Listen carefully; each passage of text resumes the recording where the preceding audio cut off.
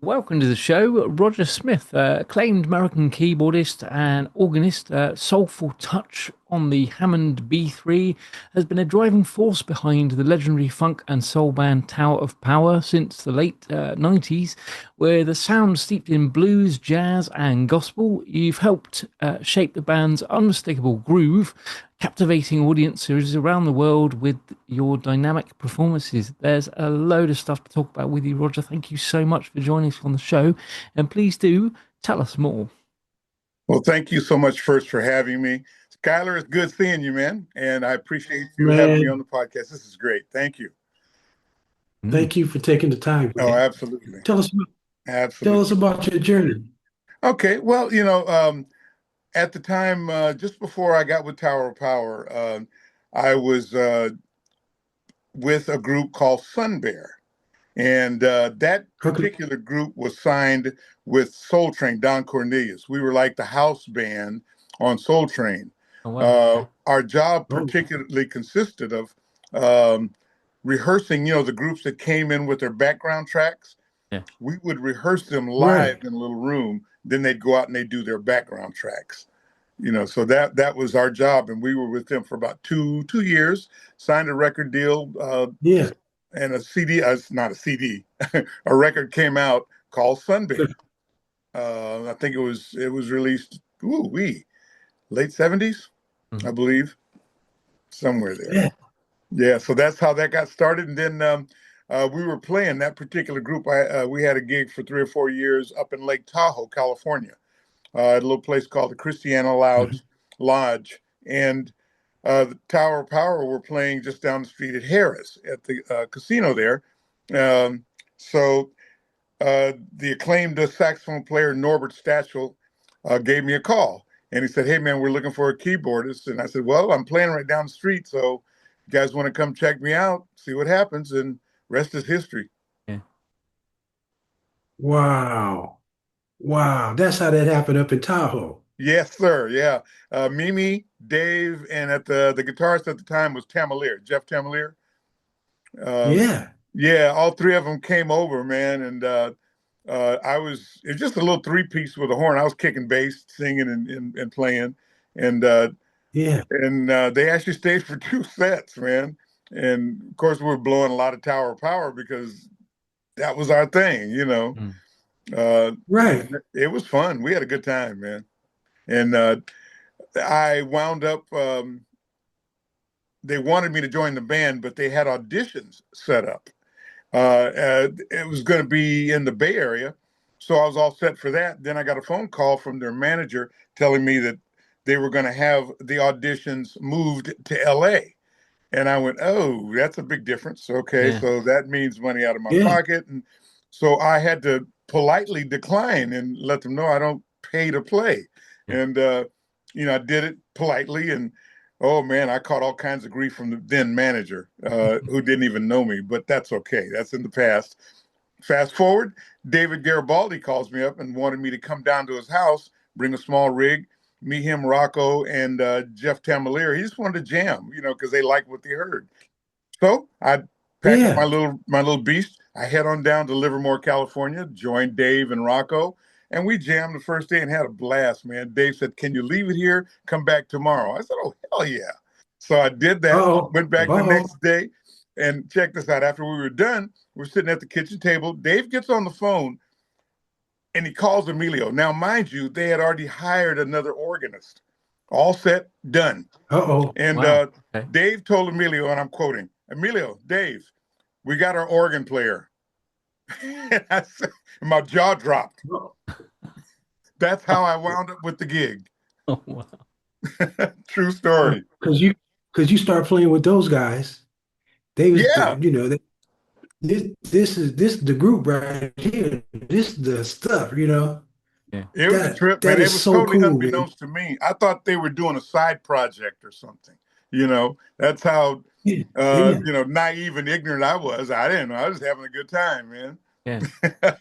So you didn't even necessarily realize they were going to bring you on as the main man, No, or oh, I wow. didn't know they had an ulterior motive for that, which I didn't know. I thought it was, they were just going to do something on the side. Yeah. and I was totally down for that. Yeah. But no, that turned out to be the gig. And that night, Emilio calls me up, gives me all my notes. I had all the lyrics written out for the songs that he needed background vocals for. Yeah. So I got all my notes. Never rehearsed with the band ever, ever. Went straight to a gig to Philadelphia. Been with them ever since. Wow. Never rehearsed. Not even sound Wow. check. Yeah.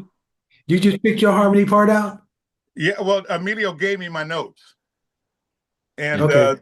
yeah, and I wound up in Philly. I think that was the first gig. I'm almost sure. And Yeah. I just met the rest of the horn players, and the singer didn't, they didn't know what was going on. So it was a little icy at first because they had their organ player. So here comes this guy, unbeknownst to them. It was a little icy, but they got over it and I got over it, and it's been cool ever since, man. Yeah. Who was the lead singer back then? That was Brent Carter. Yeah, Brent Carter is now singing with the Commodores. Really? Yeah, he was with the Average White Band for, oh man, I'm going to take a guess and say the last 10 years. Oh, wow. And then Yeah. Ani and those guys retired, Ani and Alan. And so Brent wound up with the gig with the Commodores. He's just like Tower of Power, Skyler, just, that swinging door just keeps on rolling and cats just keep coming in and out. You've had so many moments and so many things that you've done with Tower of Power. Any kind of standout moments that you can give us, or any maybe a insider story of something that happened whilst you're out on tour or anything like that you can tell us? Okay. The late, great Rocco Prestia. And this isn't musical. This is Right. just social. Yeah. If you've ever met Rocco, Skyler, I know you have. Rocco is a person that's, on that island. He's over here on the other side while the rest of the island members are over on this side. Rocco walks his own path, does his own thing, not just musically, but as a person. Yeah. And okay, we're on a tour bus. We're in Europe, and we're cruising along. We're in Switzerland, and he looking around, man, and we're cruising along, and the Swiss flag, right? Okay, Yeah. he's looking around, and he goes, "Okay, I'm gonna try to imitate his voice." He goes, "Hey, they sure got a lot of hospitals around here." I love it. That's one of many, guys. You got to know Rocco. God bless his soul, man. That's one of many. When we wound up in London, right? And this is when Les Miserables was huge. And on all the cabs, there was just these placards and everything. So Rocco, in his that man, he looked around and saw all the stuff. He goes, "Hey, who's this Les Miserables cat? he sure gets a lot of gigs." Yeah. Oh wow. Oh man, you can't make this stuff up, man. Classic. We've had the opportunity. I've had the opportunity with Tower to experience a lot of different things, let alone the music and the personnel, and get to know the guys and so many people around the globe. But I swear to you, man, the Rocco experiences are the best. Yeah. Bar none. Bar none. When I first got in the band, I think off and on there were 6 original members. And guys, I was in heaven. I look up, there's Mimi, there's Doc, there's Mick Gillette, there's Dave, there's Rocco, and I'm missing one, somebody I'm missing. Boom, it'll come back to me in a second. But, and I'm just looking around going, wow, and we're playing these tunes. And I had so much help in getting my groove in with that fabric. To keep it as close to that gigantic footprint of Chester Thompson's, because Chester, that's the one and only, bro. Yeah. Brother. Yeah. Is he gone? No. Chester's still with us. He's just not as active and busy. He still does his jazz stuff, straight ahead bebop. He's back to his roots, and he's killing it. Killing it. Yeah. Now you a singer too, right? Well, I was better once upon a time.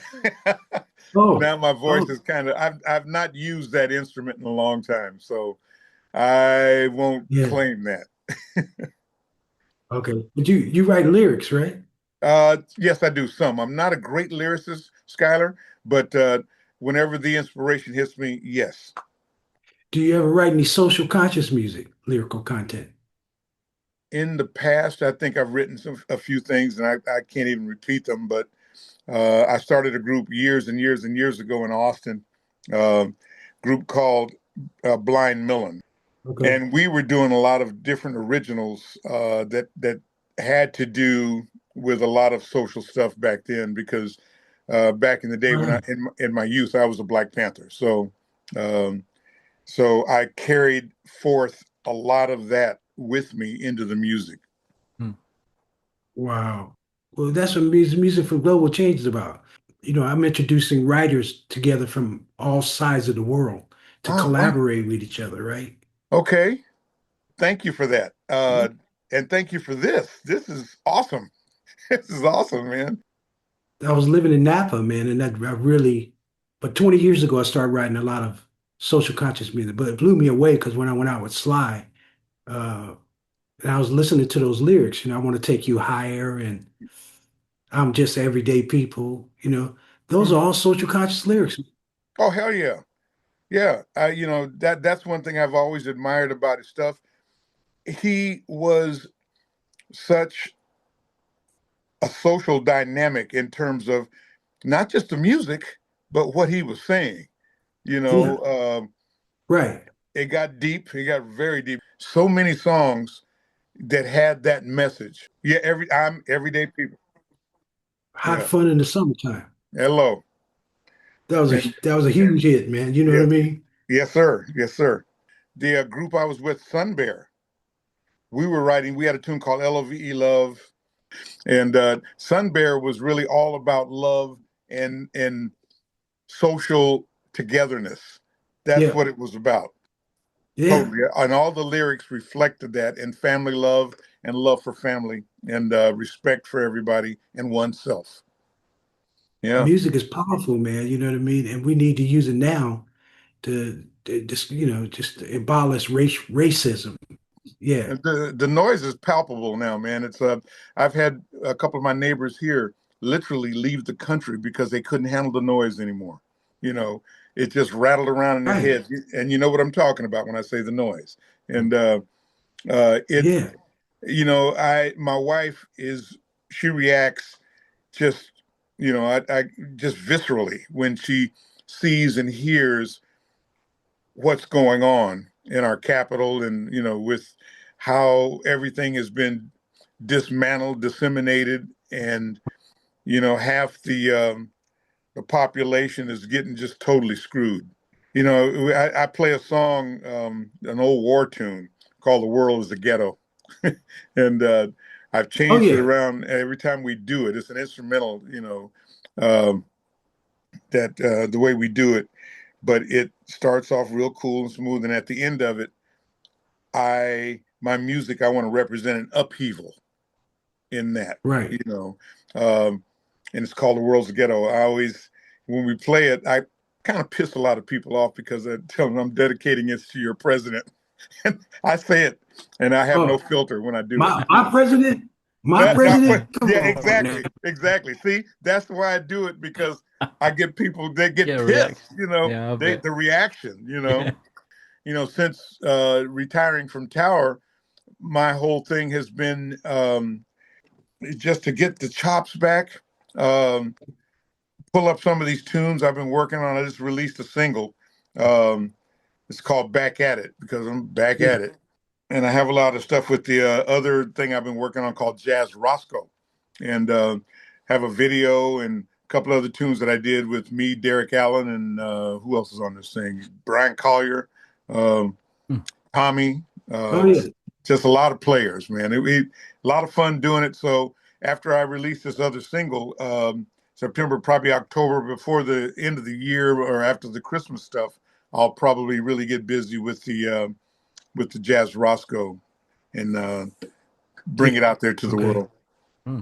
yeah, man. Get on them festivals and stuff like that. Tom.